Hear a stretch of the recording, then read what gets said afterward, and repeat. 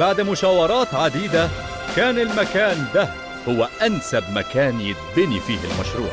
وبعد موافقة الملك خوفو بدأنا العمل. انتوا هنا مش عشان تبنوا مجرد هرم أو تأدوا عملكم وخلاص، انتوا جزء كبير من مشروع فكرت في تصميمه وتشييده سنوات طويلة، وبإيديكم المشروع ده هيكمل ويبقى عمل خالد على أرض كامت. يا جماعة، هو احنا اللي بنسمعه ده حقيقي ولا ده جزء من مسرحية؟ اليومين دول في اختراعات كتير ونظارات 3D بتحول الخيال لواقع. ايه الكلام اللي انت بتقوله ده؟ لو تعويذة شيطانية قولوا لي بسرعة عشان الحق اجري. انت ما بتصدق تجري يا سينو؟ بابا، ده مش اختراع ولا حاجة، احنا فعلا في زمن تاني، زمن بعيد قوي.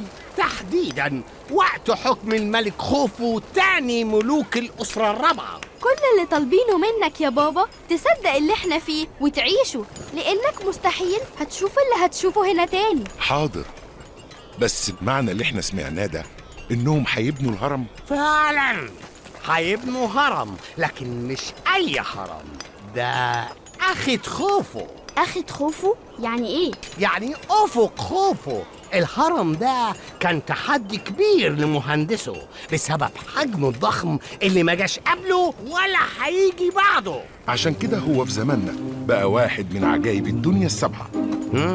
شكلك انت كمان بتقول معلومات وهتتعبني معاك، لكن مش مهم، انا ما كنتش اعرف الموضوع ده. يا سينو، الهرم الأكبر أو هرم خوفو عند المصريين ليه مكانة كبيرة قوي، ده من أهم الآثار اللي لسه موجودة. مش بس المصريين يا يحيى، العالم كله بيجي عشان يزور الهرم. معنى كده إننا لو فضلنا هنا هنشوف الهرم الأكبر وهو بيتبني؟ ده حقيقي، هتبقى مغامرة ممتعة يا يحيى، بس دلوقتي لازم نفرج والدكم كينيت.